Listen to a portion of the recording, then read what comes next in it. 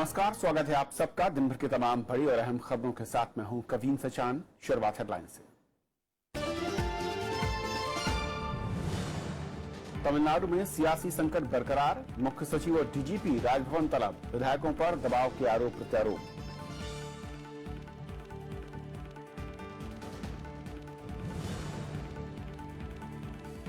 उत्तर प्रदेश में पहले दौर का मतदान कल, 15 जिलों की 73 सीटों पर तैयारियां पूरी, मैदान में 839 उम्मीदवार।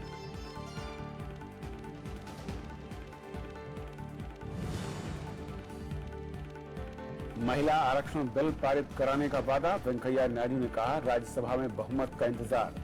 आंध्र प्रदेश में राष्ट्रीय महिला संसद शुरू।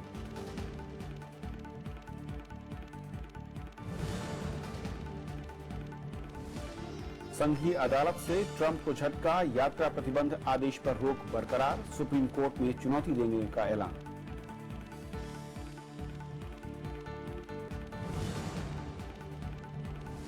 विराट कोहली ने रचा नया इतिहास, लगातार 4 सीरीज में दोहरा शतक जमाने वाले पहले बल्लेबाज, बांग्लादेश के खिलाफ 687 रन पर पहली पारी घोषित।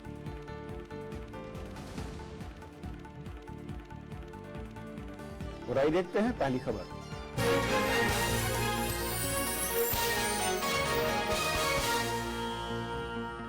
तमिलनाडु में नए मुख्यमंत्री को लेकर सस्पेंस बना हुआ है।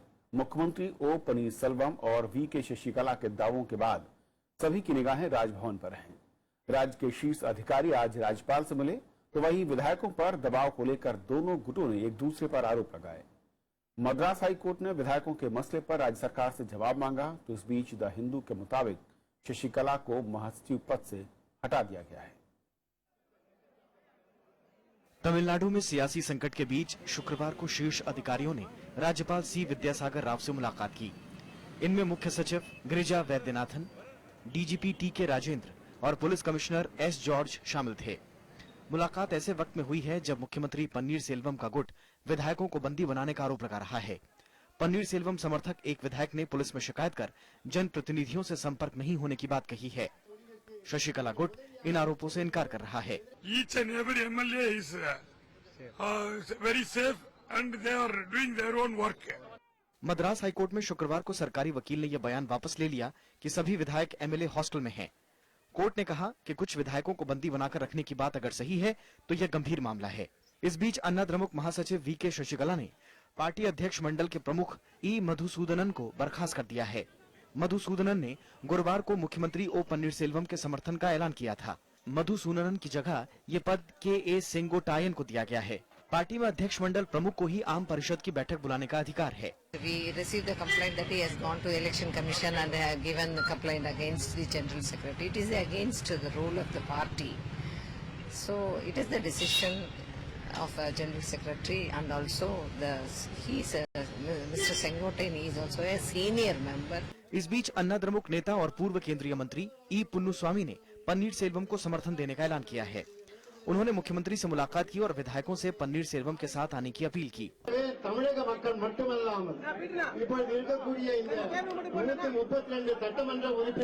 उधर सुप्रीम कोर्ट ने शशिकला के खिलाफ एक याचिका पर तुरंत सुनवाई से इनकार कर दिया है। याचिका में आय से ज्यादा संपत्ति मामले में फैसला आने तक शशिकला को मुख्यमंत्री पद की शपथ लेने से रोकने की मांग की गई थी। Bureau report, Rajya Sabha TV. और तमिलनाडु के घटनाक्रम पर दिल्ली में भी राजनीतिक गतिविधियां तेज हैं। केंद्रीय गृह मंत्री राजनाथ सिंह ने कहा कि राज्यपाल को विवेक के आधार पर फैसला लेने का पूरा अधिकार है, तो कांग्रेस ने राज्यपाल से तुरंत फैसला लेने की अपील की। केंद्रीय गृह मंत्री राजनाथ सिंह ने कहा है कि तमिलनाडु का सियासी संकट राज्य का मामला है। उन्होंने कहा कि संवैधानिक प्रमुख होने के नाते राज्यपाल आगे की कार्रवाई पर फैसला करेंगे। ये पूरी तरह से स्टेट का जो कॉन्स्टिट्यूशनल हेड होता है वो गवर्नर होता है। ये पूरी तरह से प्रेरोगेटिव डिसीजन लेने का वहां के बारे में जो गवर्नर का देन आई हैव टू से नथिंग। उधर राज्य के कांग्रेस नेताओं ने शुक्रवार को पार्टी उपाध्यक्ष राहुल गांधी से मुलाकात की। इन नेताओं ने वहां के राजनीतिक सूरत हाल की जानकारी दी। We expect him to do his constitutional obligations straight away, right away, immediately, as soon as possible. Tamil Nadu में मंगलवार से सियासी संकट जारी है। इस दिन मुख्यमंत्री ओ पन्नीर सेल्वम ने आरोप लगाया था कि उनसे दबाव में इस्तीफा लिया गया। प्रणव गोस्वामी के साथ ब्यूरो रिपोर्ट, राज्यसभा टीवी।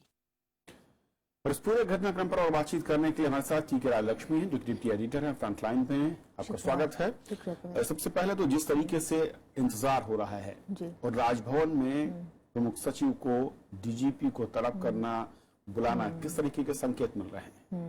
नहीं, अच्छे संकेत तो है नहीं मेरे हिसाब से, क्योंकि ये एक जो है लॉ एंड ऑर्डर सिचुएशन तो नहीं होना चाहिए मेरे हिसाब से। और इसको जल्दी जो है जो वहाँ की जो गवर्नर है उनको जो दोनों पक्षों को बुला के अब जो है वो प्रक्रिया तो शुरू हो गई है। अब इसमें जैसे किसी ने कहा, मतलब विलंब का कोई स्कोप जो है नहीं नजर आना चाहिए। और इसमें जो है तुरंत फैसला उनको जो है देना, चाहे 1-2 दिन और लगे, पर इसमें आप जितना ज्यादा डिले करेंगे उससे जो है स्थिति भी थोड़ी बहुत मतलब खराब होने की मतलब जो है हो सकता है, स्कोप है। क्योंकि जनता भी चाहती है कि एक सरकार जो उन्होंने जिनके लिए, एक पार्टी के लिए उन्होंने इतनी भारी मतलब बहुमत दिया, ठीक है, वो एक सरकार बनाए और सरकार चलाए। क्योंकि इतना बड़ा साइक्लोन हुआ, अभी हमने देखा दिसंबर में हुआ, उसके बाद कृषि में भी बहुत भारी संकट है। हाँ, तो ये सब चीजों को एक सरकार ही सुलझा सकती है। पर अगर सरकार ही नहीं है और इस पे जो है दोनों गुट इस प्रकार से अगर इस प्रकार का रवैया अगर रखें कि कोई जो है सरकार बनाने की क्षमता ही नहीं, क्षमता दिखा रहे हैं, जब नंबर है सारे एआईडीएम के पास सारे नंबर हैं। हाँ, और फिर आप लोग फिर अगर वो कहे कि फलाना उनको इन्फ्लुएंस कर रहा है या कोई और पार्टी जो है दखल अंदाजी कर रही है, तो ये तो गैर जिम्मेदाराना अप्रोच है। पार्टी में जिस तरीके से आरोप प्रत्यारोप हैं, विधायक अभी भी एक गैर जगह पर हैं, शशिकला के बताया जाता है कि उनके कंट्रोल में है। और वहीं दूसरी ओर जो नंबर 2 मैं कहूँ मसूदनन, उनको शशिकला ने पार्टी से बाहर निकाल दिया। मसूदनन ने दावा किया है कि उन्होंने शशिकला को पार्टी से बाहर कर दिया है। हाँ। मसूदनन कितने इम्पोर्टेंट रोल में थे और किस तरीके का जनाधार पार्टी के अंदर विधायकों में और फिर उनके कैडर के बीच में? नहीं, इम्पोर्टेंट तो रहे हैं और इम्पोर्टेंट है, क्योंकि तभी उनको वो जिम्मेदारी भी जो है दी गई थी। और वो अगर जनरल सेक्रेटरी को हटा सकते हैं तो अपॉइंट भी जो है सारे विधायकों ने ही किया था, पार्टी ने ही उनको अपॉइंट भी किया था जनरल सेक्रेटरी। पर ये अगर आम सहमति से अगर ये हुआ है तो ये एक और बात है। पर सिर्फ एक ही इंडिविजुअल का अगर फैसला है तो इसमें कुछ जांच की कुछ जो है जरूरत है। अभी फिलहाल आरोप और प्रत्यारोप लग रहे हैं। शशिकला जी कह रही है कि हमारे पास सारे नंबर है, और उन्होंने जाके दिखाया भी, शायद मेरे ख्याल से गवर्नर को जाके उन्होंने 131 या 130 के लगभग उन्होंने समर्थन का जो दिखाया है।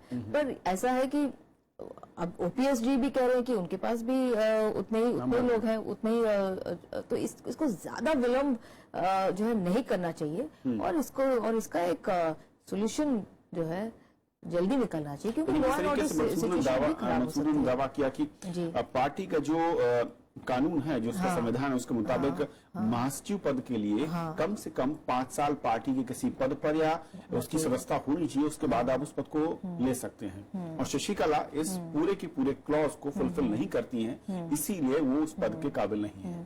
पर अब देखिए, उनको जो है जनरल सेक्रेटरी किसने बनाया? वो तो खुद तो नहीं बनी वो।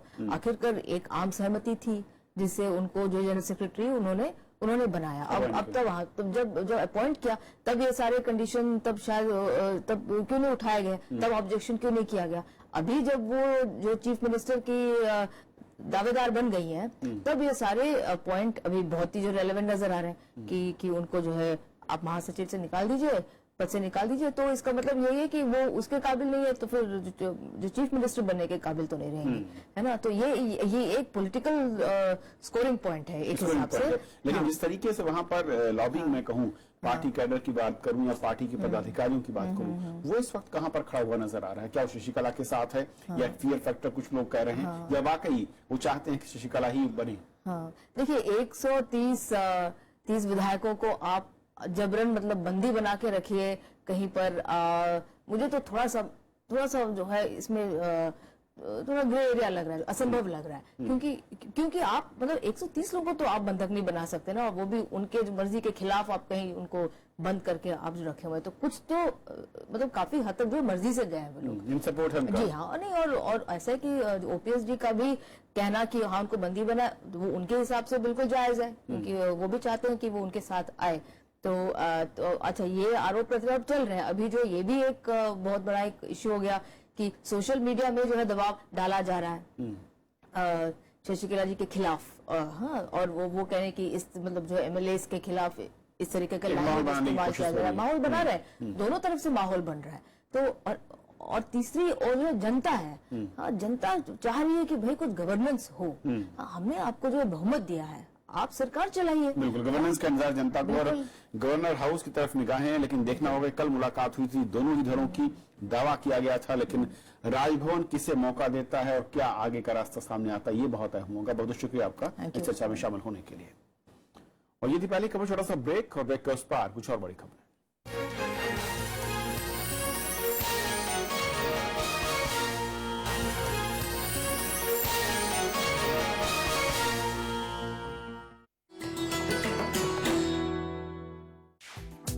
विजय लक्ष्मी पंडित, संयुक्त राष्ट्र महासभा की पहली महिला अध्यक्ष, देश की पहली महिला कैबिनेट मंत्री, भारतीय संविधान सभा की सदस्य, लोकसभा में फूलपुर सीट की नुमाइंदगी, संयुक्त राष्ट्र मानवाधिकार परिषद में देश का प्रतिनिधित्व।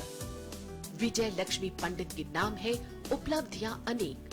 नेहरू परिवार की ये सदस्य है देश की सफलतम राजनीतिज्ञों में से एक।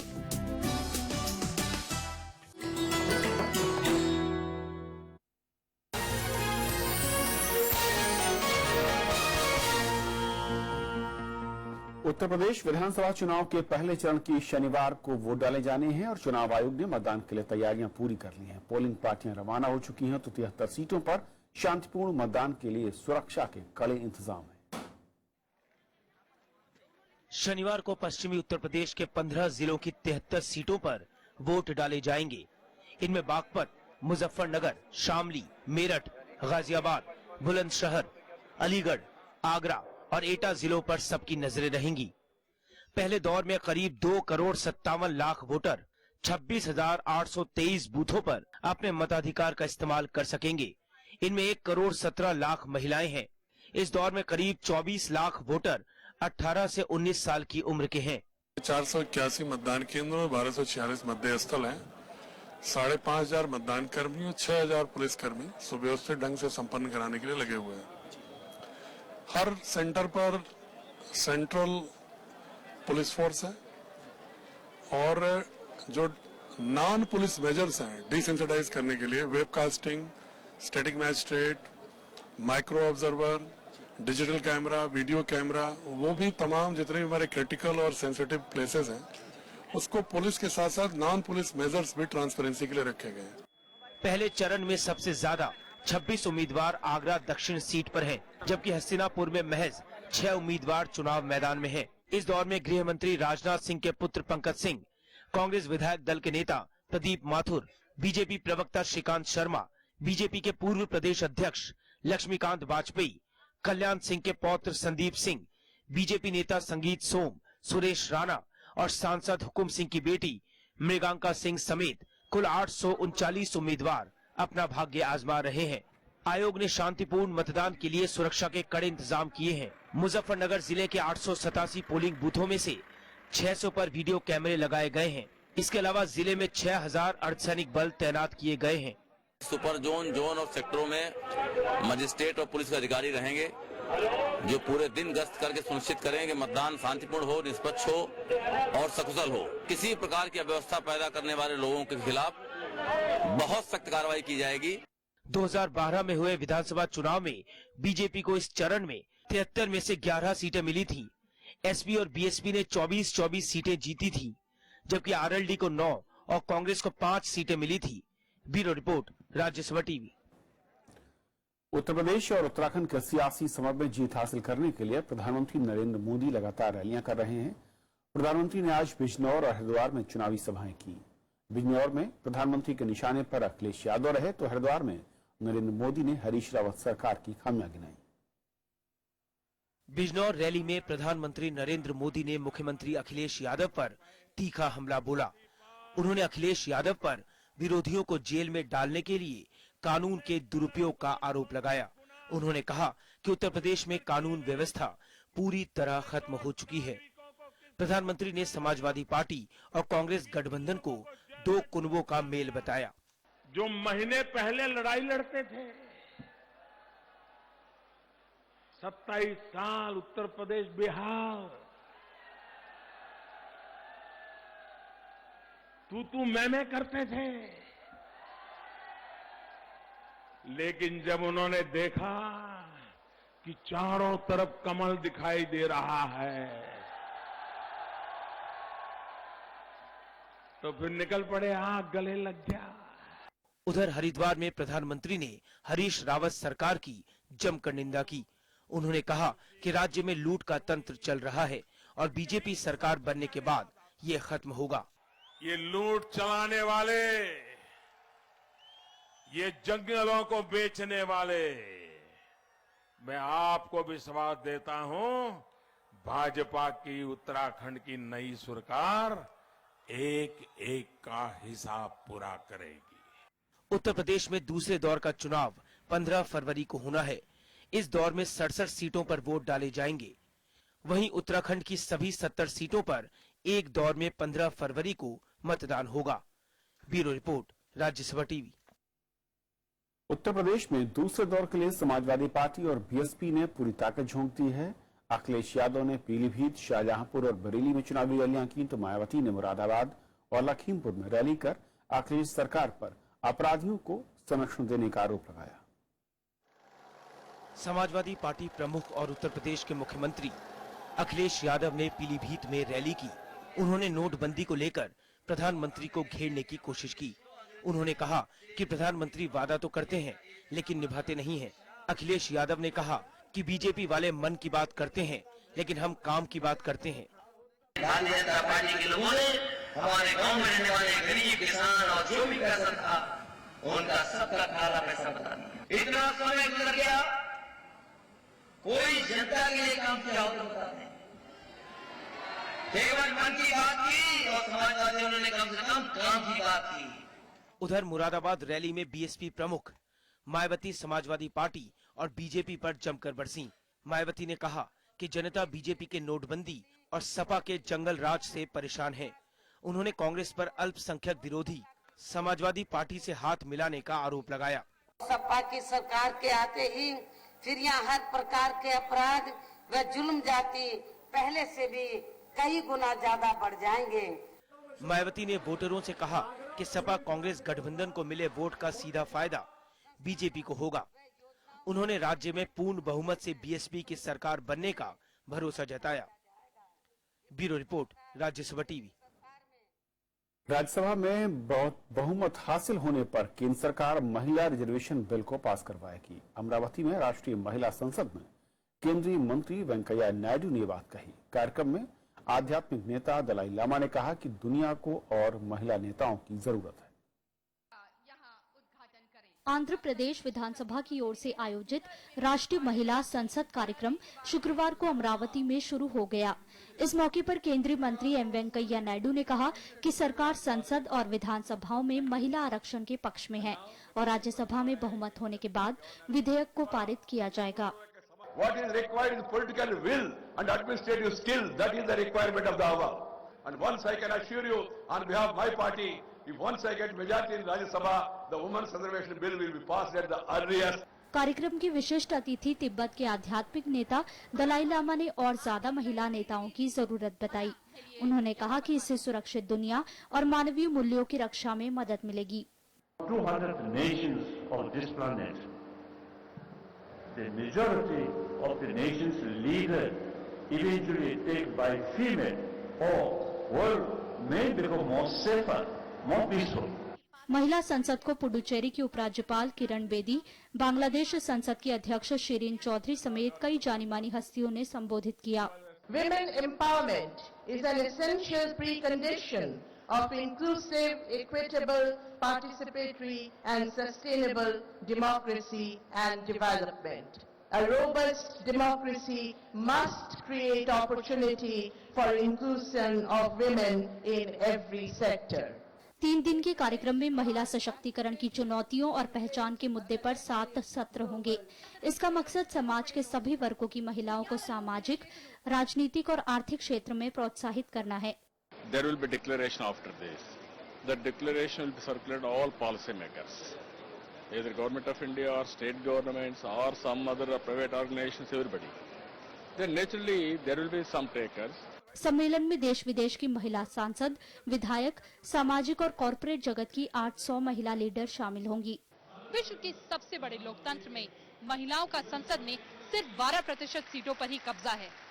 नेशनल वुमेन्स पार्लियामेंट एक कोशिश है महिलाओं को सामाजिक, आर्थिक और राजनीतिक बढ़ावा देने के लिए।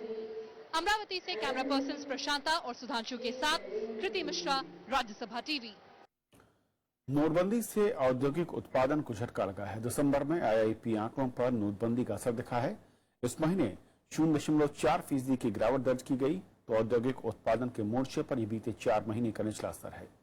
नवंबर में इसमें 5.65% की वृद्धि दर्ज हुई। दिसंबर में manufacturing sector, consumer goods, consumer durables और नॉन कंज्यूमर ड्यूरेबल्स के उत्पादन में कमी दर्ज की गई। आईआईपी में 1/4 से ज्यादा की हिस्सेदारी रखने वाले मैन्युफैक्चरिंग सेक्टर में दिसंबर में 2% की कमी आई है। अमेरिका के राष्ट्रपति डोनाल्ड ट्रंप उनके यात्रा प्रतिबंध आदेश पर अदालत की रोक को सुप्रीम कोर्ट में चुनौती देंगे। अपीली अदालत के फैसले को डोनाल्ड ट्रंप ने राजनीतिक निर्णय करार दिया है। अमेरिका की संघीय अपील अदालत से राष्ट्रपति डोनाल्ड ट्रंप को झटका लगा है। कोर्ट ने यात्रा प्रतिबंध के आदेश पर रोक लगाने के सिएटल कोर्ट के फैसले को बरकरार रखा है। This is a complete victory for the state of Washington. The Ninth Circuit Court of Appeals, in a unanimous decision, effectively granted everything we sought. We are a nation of laws, and as I have said, as we have said, from day one, that those laws apply to everybody in our country, and that includes the President of the United States. अदालत के फैसले के बाद Donald Trump ने tweet किया कि अदालत में मिलेंगे। उन्होंने इस फैसले को राजनीति से प्रेरित बताया। ट्रंप प्रशासन ने अपीलीय कोर्ट में याचिका दाखिल कर यात्रा प्रतिबंध आदेश पर निचली अदालत से लगी रोक को जल्द हटाने की मांग की थी। ट्रंप इस मामले में अब आदेश बहाली के लिए सुप्रीम कोर्ट का रुख कर सकते हैं। डोनाल्ड ट्रंप ने 7 मुस्लिम देशों के लोगों के अमेरिका आने पर प्रतिबंध लगाने का आदेश दिया था। Bureau report, Rajya Sabha TV. चीन की नीति पर अमेरिकी राष्ट्रपति डोनाल्ड ट्रंप के सुर बदल गए हैं। ट्रंप ने अब एक चीन की नीति का सम्मान करने पर सहमति जताई है। राष्ट्रपति बनने के बाद ट्रंप ने पहली बार चीन के राष्ट्रपति शी जिनपिंग से फोन पर बात की। व्हाइट हाउस ने बताया कि दोनों नेताओं ने कई मुद्दों पर चर्चा की। चीनी राष्ट्रपति के अनुरोध पर ट्रंप एक चीन की नीति का सम्मान करने पर राजी हो गए हैं। दोनों नेताओं के बीच व्यापार, निवेश और अंतर्राष्ट्रीय मसलों पर सहयोग बढ़ाने पर सहमति बनी। दोनों ने एक दूसरे को अपने अपने देश आने का न्योता भी दिया। विराट कोहली दुनिया के अकेले ऐसे बल्लेबाज बन गए हैं जिन्होंने लगातार 4 टेस्ट सीरीज में दोहरे शतक बनाए हैं। कोहली ने घरेलू सीजन में सबसे ज्यादा रन बनाने का वीरेंद्र सहवाग का रिकॉर्ड भी तोड़ दिया। हैदराबाद टेस्ट में भारत ने 6 विकेट पर 687 रन का बड़ा स्कोर बनाने के बाद पारी घोषित कर दी। साहा ने भी टेस्ट करियर का दूसरा शतक बनाया। टीम इंडिया के कप्तान विराट कोहली ने ऐसा कारनामा कर दिखाया है जो अब तक कोई नहीं कर पाया था।